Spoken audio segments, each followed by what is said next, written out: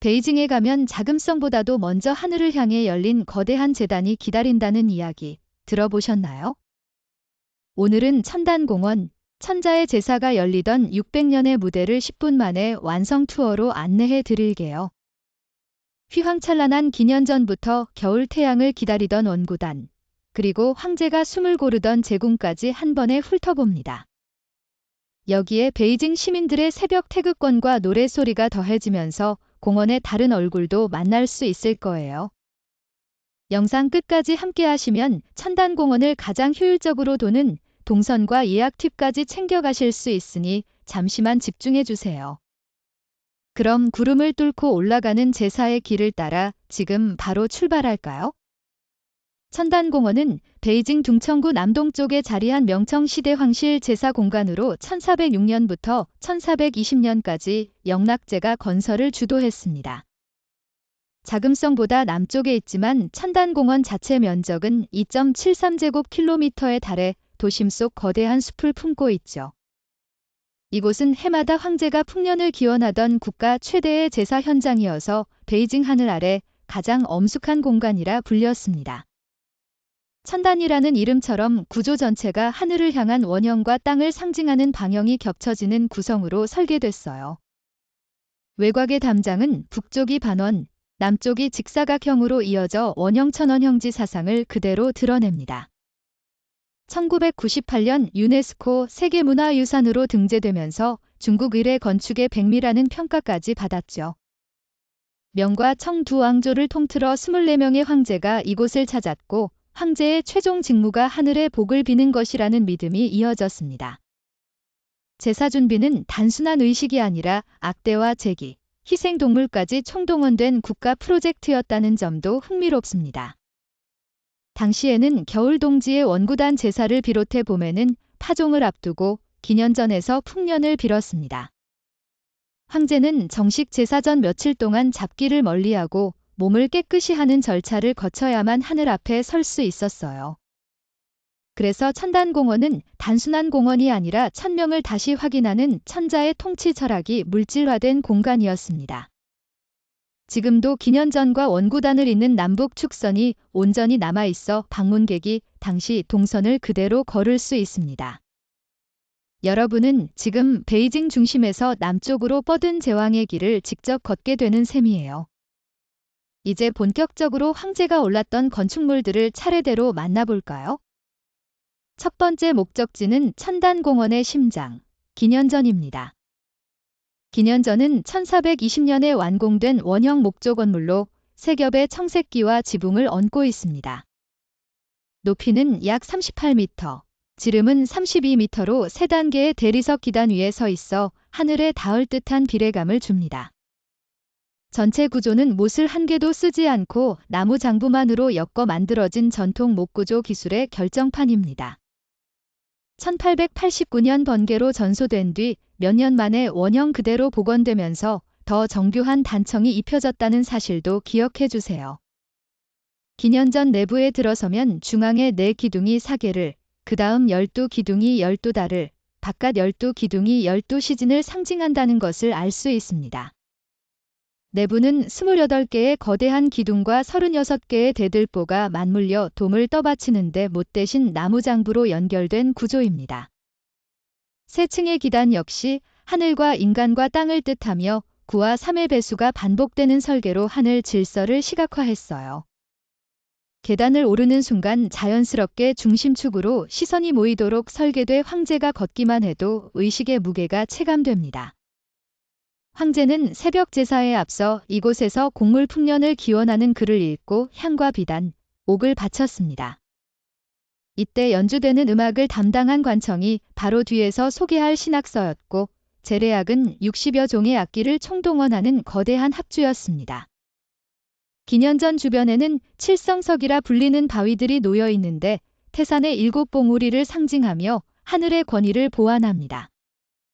문을 나서면 신성한 길인 단비교가 남쪽으로 뻗어 있어 황제의 이동 자체가 제사의 일부였다는 사실을 실감할 수 있습니다.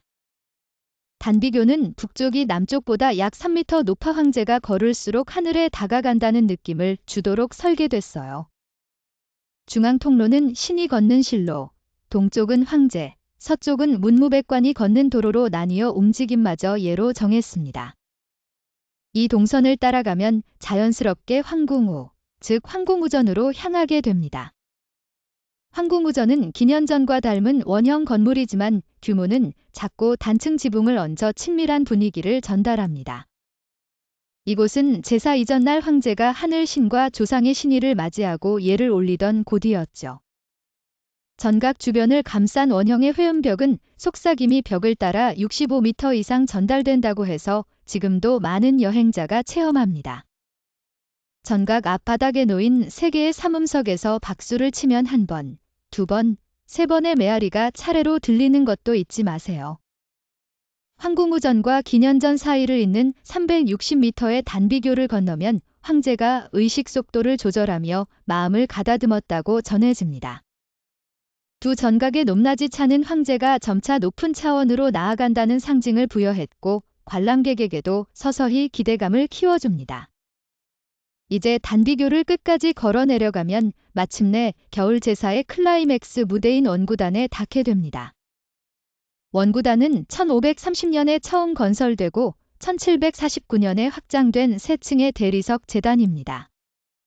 높이 약 5m의 세겹단이 층층이 올라서며 햇살을 받으면 순백의 광채가 번집니다.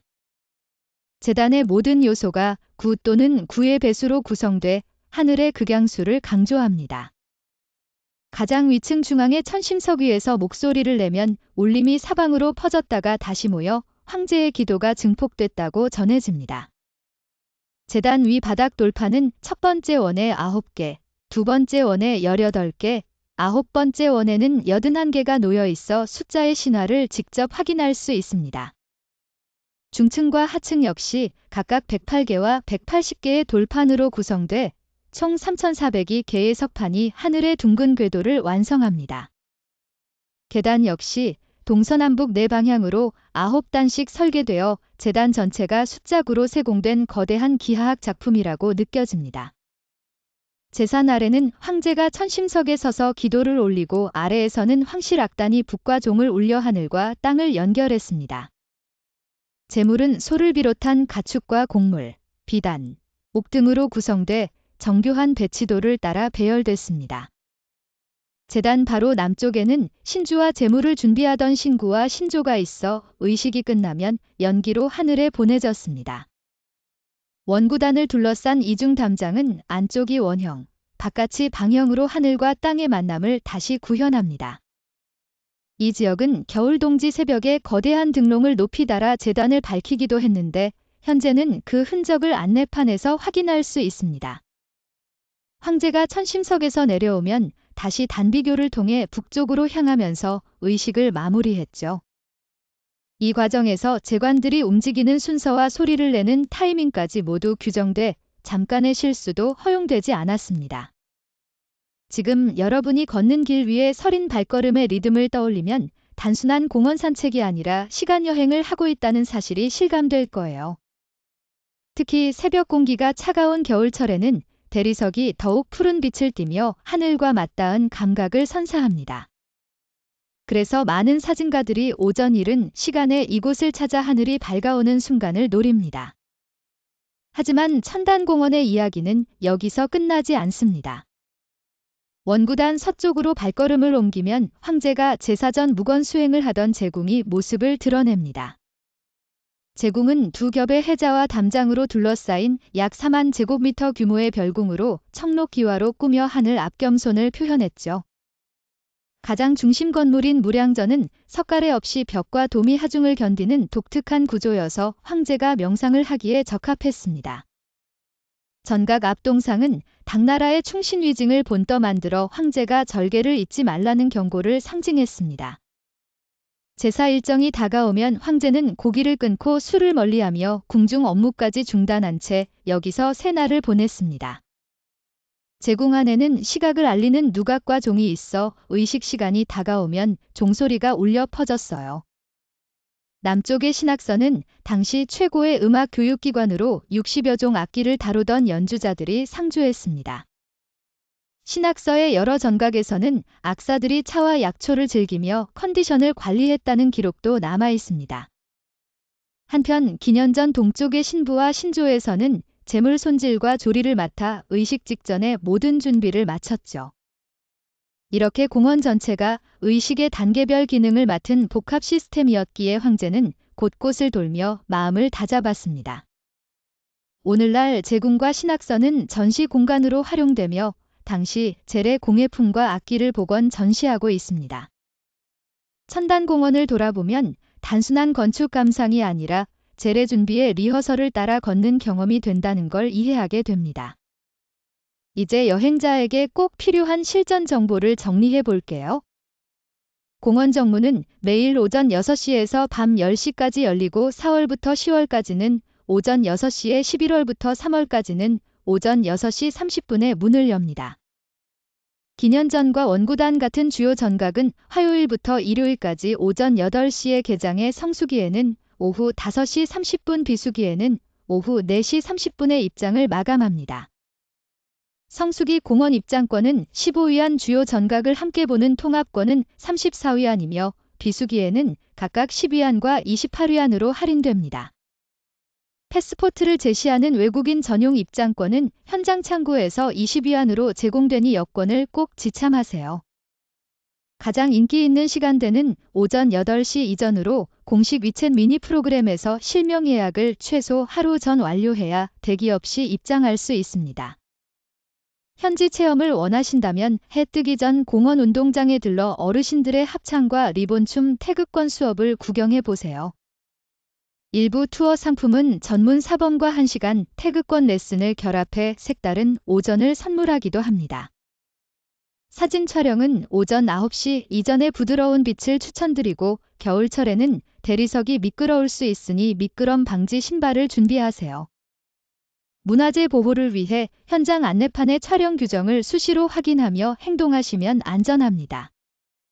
천단공원은 황제의 한숨과 백성의 희망이 동시에 머무르던 베이징의 심장입니다.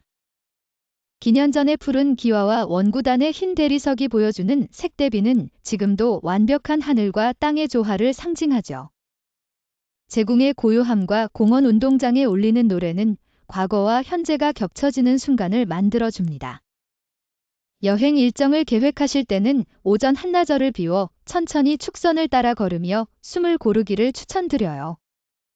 현장에서 느끼는 발걸음과 종소리의 여운이 영상을 넘어서 여러분의 여행 스토리를 완성해 줄 겁니다. 이 영상이 도움이 되셨다면 좋아요와 구독으로 더 많은 세계 문화유산 여정을 함께 해주세요. 다음 여행지에서도